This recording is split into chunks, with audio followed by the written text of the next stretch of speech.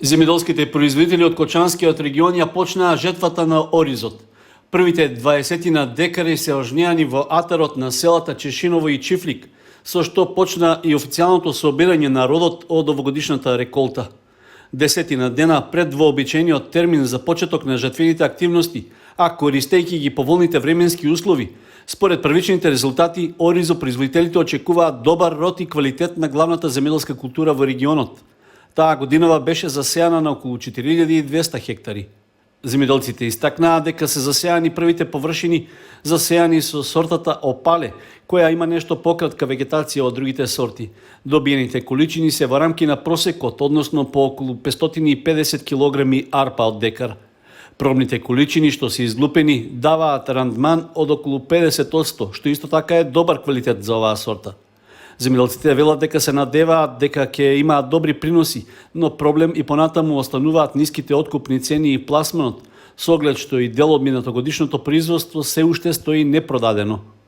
Се очекува годинава од полињата во Кочанскиот регион да се соберат над 20.000 тони оризова арпа, од кои околу 2/3 се засејани со италијанските, а остатокот отпаѓа на сортите што пред неколку години беа увезени од Турција. Во моментот, откупните предпријатија за килограм арпа исплаќаат од 15 до 18 денари во зависност од сортата, што за земјоделците е далеку под производствената цена и не можат да ги покријат трошоците. Во мирување е ставен протестот што земјоделците го најавија за вторник со блокирање на патот Кочани-Штип. Во меѓувреме е договорена средба во владата на која ќе се разговара за проблемите со пласменот и со ниските откупни цени.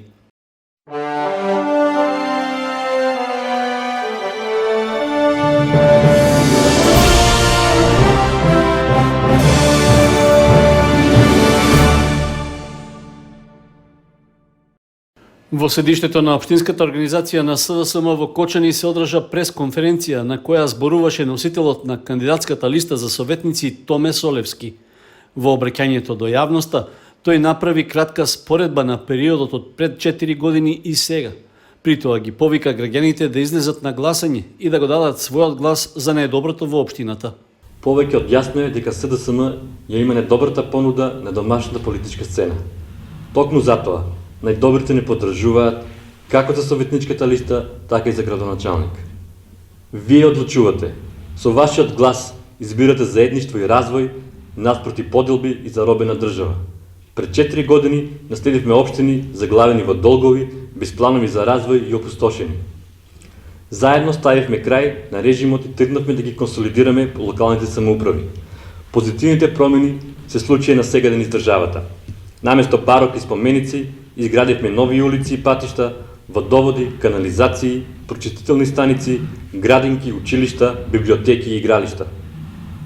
Заедно градиме економски напредни општини во кои растат платите, пензиите, социјалната помош, се отвараат нови работни места со јасен план за подобра македонска и европска еднина. Најдобрата понуда треба да победи за нашите градови и за нашите села, за нашиот народ да добие најмногу. Се работеше вредно и напорно во целосна координираност со централната власт.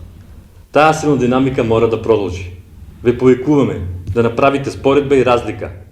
Изберете ја најдобрата понуда за вас, за вашето семејство, за нашето место. Излезете и гласите за најдоброто за нашата општина.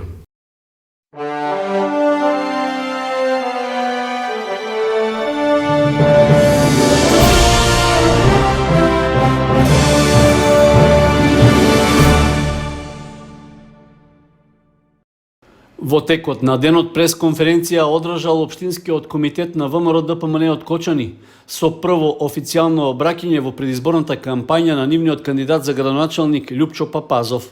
Телевизија Канал 8 ги известува гледачите дека воопшто не доби покана и известување од изборниот штаб на градоначалничкиот кандидат, поради што и не присуствуваше на настанот.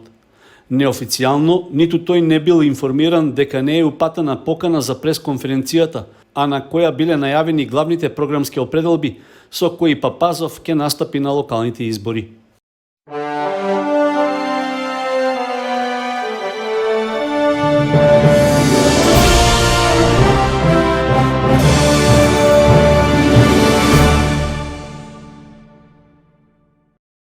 Општина Кочани го организираше ждребувањето за редоследот според кој ќе бидат поставувани пропагандните материјали за учесниците на локалните избори.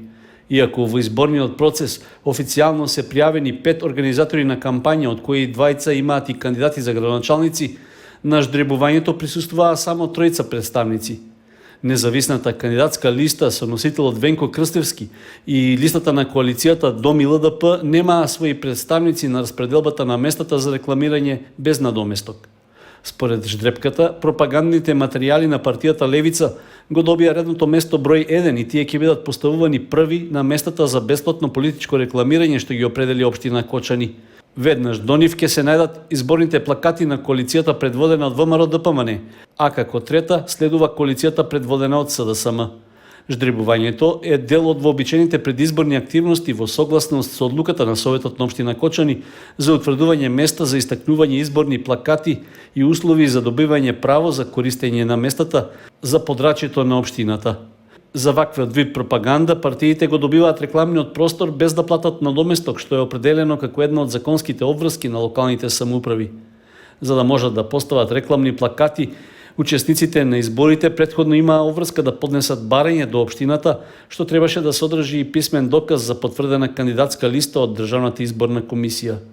Во рамки на ждребувањето од општинската администрација беше побарано по завршувањето на кампањата учесниците да го отстранат рекламниот материјал.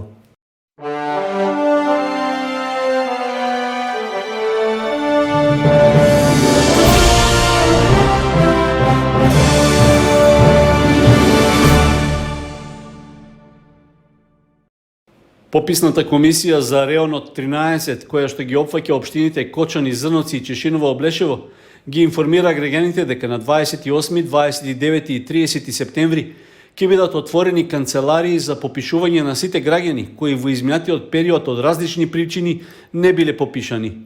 Заинтересираните граѓани ќе можат да се попишат со лична карта во канцелариите на пописната комисија. Во општина Кочани канцеларијата се наоѓа на улицата Лјупчо Сантов, односно салата за венчавки на градскиот плоштад.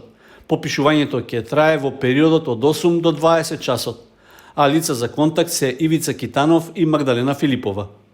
Канцеларијата за попишување во општина Чешиново Облешево се наоѓа на улицата Маршал Тито број 17 во просториите на општината, а попишувањето ќе се одвива од 8 до 14 часот. Таму лице за контакт е Ана Стојанова. Канцеларијата за попишување во општина Зрновци се наоѓа на улицата Линденска без број, односно во просториите на локалната самоуправа, и попишувањето ќе се одвива од 11 до 18 часот. Лице за контакт е Сара Николова. Локалниот огранок на Сдруженијето Борка за секој нов ден од Кочани во неделата ја одржа традиционалната розова прошетка под мотото Трка за лек. Настанот почна од паркот на Револуцијата и продолжи по градските улици. Тој беше во знак на поддршка на сите кои се борат против ракот на дојката. При тоа символично беа пуштени и розови балони.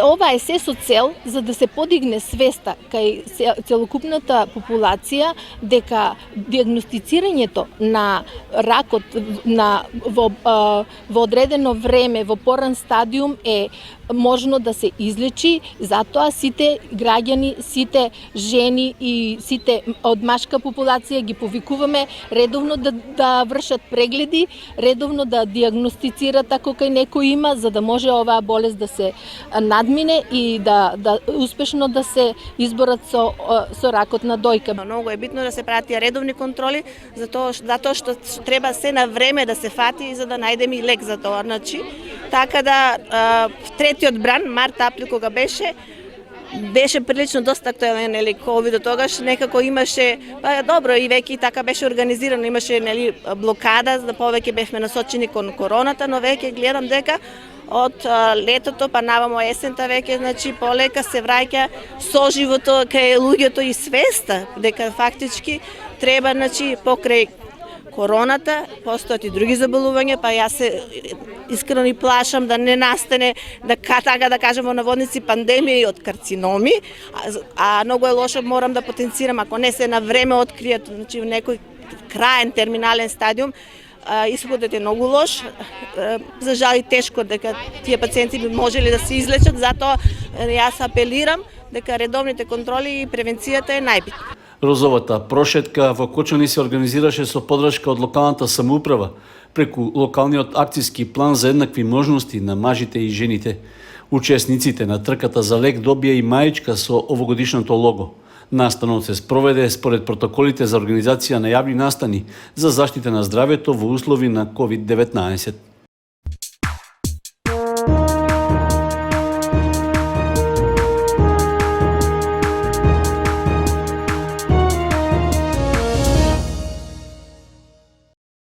Во саботата се одиграа надпреварите од петтото коло во првенството на втората фудбалска лига Исток, во која второлигашите од Кочани и Виница останаа без бодови.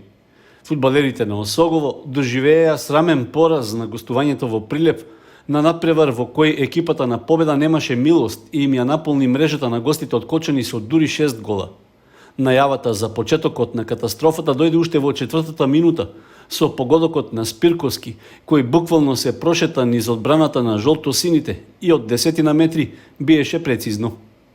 2 минути подоцна домашните фудбалери повторно се радуваа, откако Бошевски го зголеми водството по брзиот контранапад и по пробивот од десната страна, пошто не му беше тешко да ја затресе мрежата на голманот Иванов. И додека гостинските фудбалери се уште се соземаа од брзото водство на домашните, веќе во 8-та минута примија уште еден гол. Стрелец беше Најдов, кој во 16-тникот на Осогово ја начека на фарлената топка и со силен волеј шутираше неодбранливо за 3:0. До крајот на првото полувреме гостите од Кочани имаа епизодна улога и под психичкиот притисок од водството на домакините воопшто не се залагаа, па им дозволија да постигнат уште еден гол во 29-та минута. Стрелец повторно беше Бошевски, кому му помогна немокиниот одбранбен ред на гостите да ја спроведе топката во голот, откако претходно беше нафрлена од десната страна. Во второто полувреме жолто-сините продолжија со слабата игра и како резултат на тоа дојде и високиот пораз. Водството на Победа беше зголемено на 5:0 во 77-та минута со погодокот на Спирковски кој остана осамен во 16-тникот на Осогово и ја пласираше топката во голот на немокниот голман Иванов. 3 минути подоцна Јошевски го постигна конечниот резултат, при тоа упати ефектен погодок од 30 метри, со што стави печаток на надпреварот. Со поразот и без бодови, Осогово останува на предпоследната позиција на табелата, а во следното коло на домашен терен ќе го дочека Радовишки Детонит.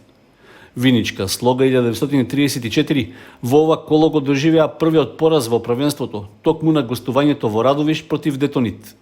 Иако гостите пред надпреварот беа фаворити и први дојдоа во водство во 25-та минута со голот на Митров, сепак на крајот беа поразени со 2:1. Израмнувачкиот гол за домашните го постигна Лиманов во 80-та минута од пенал, а 2 минути пред крајот на надпреварот победата им ја донесе Стојанов. Со загубените бодови Слога го препушти првото место на табелата на Каменица Саса, која на гостувањето во Струмица ја изненади Беласица и постигна победа од 1:0. Во следното коло Виничкиот второлигаш на домашен терен ќе ја пречека токму Беласица.